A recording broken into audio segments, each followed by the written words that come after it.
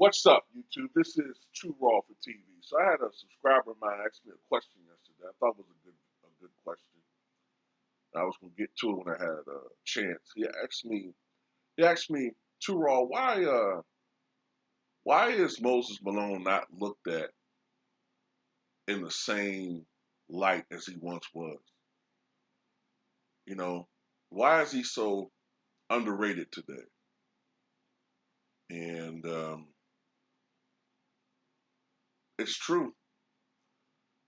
For many years, Moses Malone was looked at as one of the premier players in the history of the NBA. And I know me personally, I've always had him somewhere in my top 15 into the first 10 years of the 20th century, 21st century, excuse me. The first 10 years of the 21st century, I think most NBA historians would have had him at least top 20. But I've noticed a lot of young NBA fans, younger fans, right? When you look at the list of people who are affiliated with ESPN who are younger, not the Charlie Steiners, uh, not the Dan Patricks, you know, not the Ralph Wileys, may he rest in peace. Not the Stuart Scotts, may he rest in peace, but the younger people, the Malika Andrews and all of them. I don't even know if I saw Moses Malone in the top 50, maybe. And he's not someone that you see. You're more inclined to see Allen Iverson in the top 10 to 15 than Moses Malone. Now, a lot of people not agree with this, but I don't think that AI was culturally much more significant than Moses Malone.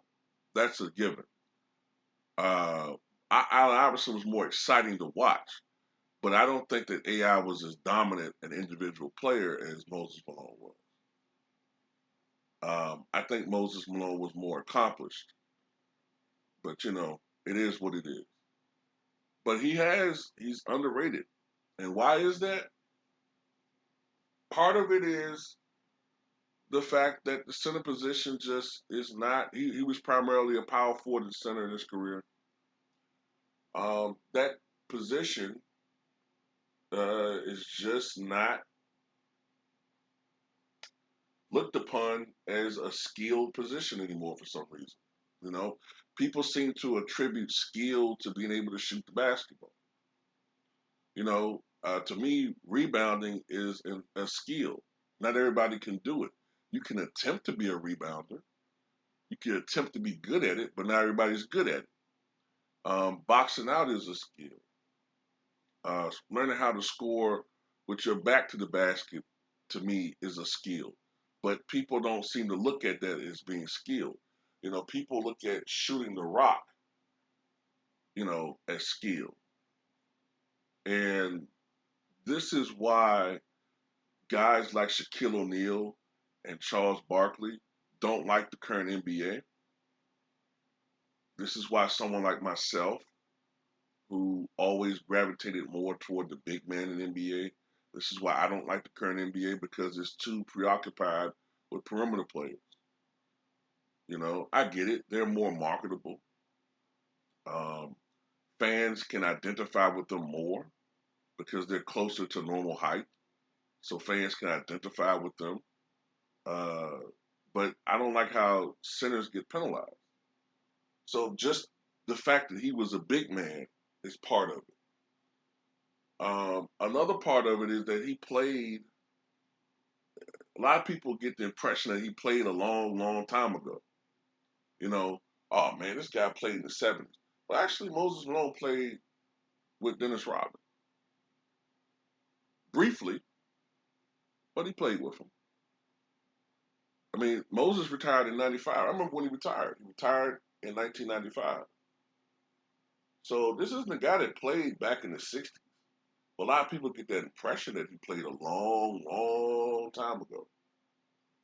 But he played 21 pro seasons when you include the ABA from 1974, I believe, The first team he played, I believe, was the Utah Stars, all the way to the NBA. His best years in the NBA to me were 1978 to 83, going into 84, I guess. And then afterward, it was a slow decline. But even into the early 1990s, he was a guy that could give you 19 to 10. And then he played all the way to 1995. So he had a very long, productive career. And you don't play that long unless you were a very skilled player. It's just that his skills were different. Um, so that's part of it. The perception that he's like he played a long time ago. Um, his game wasn't glamorous. He was the NBA's equivalent of a ditch digger, a trench digger. You know what I'm saying? Like I said before, a lot of these guys, a lot of fans, the media, they love to see these guys shoot, crossover a motherfucker. Excuse me, I like to see someone shoot and crossover a motherfucker. They like to see, these hybrid guards who pile up a lot of numbers and assists, and you know, it's funny. They find it so interesting and so amazing to see a guy like Luca or a guy like James Harden or even Russell Westbrook get these triple doubles, right? They find it so amazing. But, I think it's more amazing to see a guy like Moses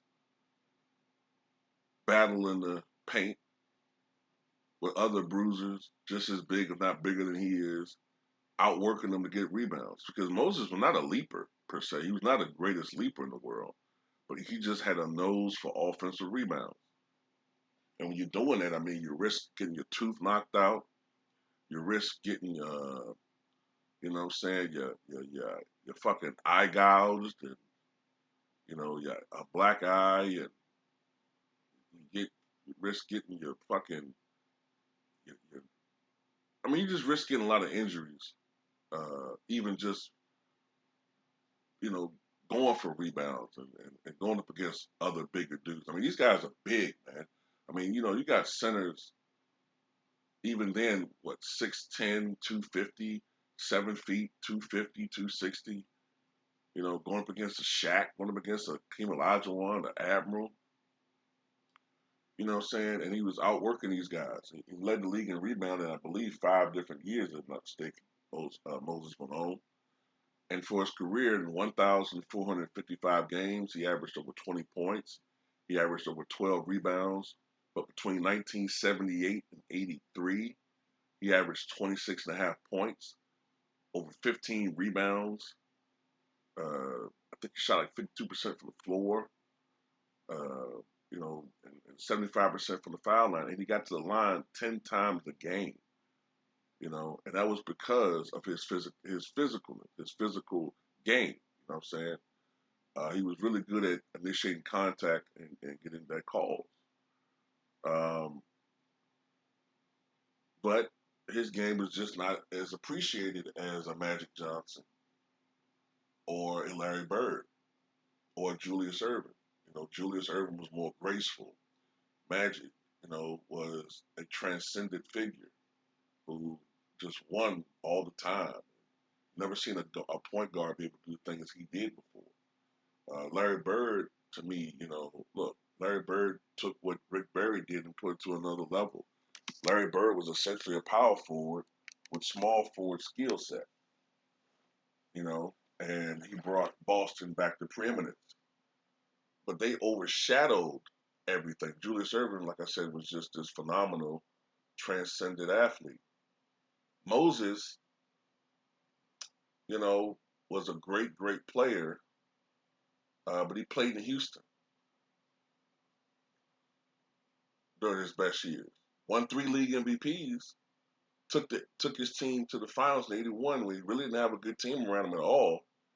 I mean, that was even, to me, you can make an argument that was an even greater fairy tale run than Allen Iverson because they beat the Showtime Lakers, if I'm not mistaken, in the playoffs. They beat the Showtime Lakers, and they got two. I think they got 2 games against the Boston Celtics in the '81 finals. But nobody really remembers that shit. It doesn't. Nobody remembers it except for older fans. So that's part of it. Another thing is I think that hurts Moses, his personality. He wasn't the most articulate person. Um, so the media never really gravitated toward him like that. He was not a guy you was going to see on the cover of GQ. He wasn't Kobe Bryant. He wasn't Steph. Uh, you know, um, so that hurt him, of course, as well. So these are some things that I think are part of the reason why you just don't see Moses Malone's name pop up as much, man. In summary, people focus on perimeter players now. The center position is not really glorified anymore. The perception is he played so long ago that, hey, who cares?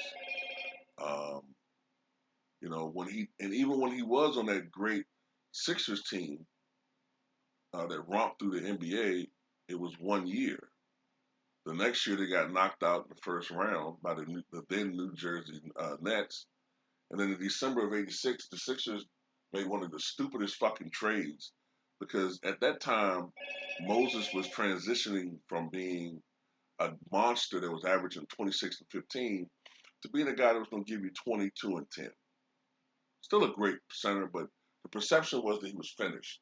And, his game, a lot of people thought he was wearing out. He was wearing down. At the time, he was 31 years old. A lot of, the perception was he was slowing down. But in our actuality, he would be a productive center for another 5 years. I think he played with the Bullets. He played Atlanta Hawks, Milwaukee. He would give you 20 and 10. And they traded him for a bologna sandwich and a payday bar. And that shit set the Sixers organization back for a whole decade until they got Allen Iverson. So that's another thing. The perception that the last 9 years of his career, that he was a journeyman, when in reality, he was still an all-star level center. He just wasn't the same Moses that he was back in the late 70s and early 80s. So he was being outshone and outshined by, a protege of his, Akeem Olajuwon, later David Robinson, and then later Shaquille O'Neal and Patrick Ewing. And I think that's another thing that hurts Moses when I think about it too. Um,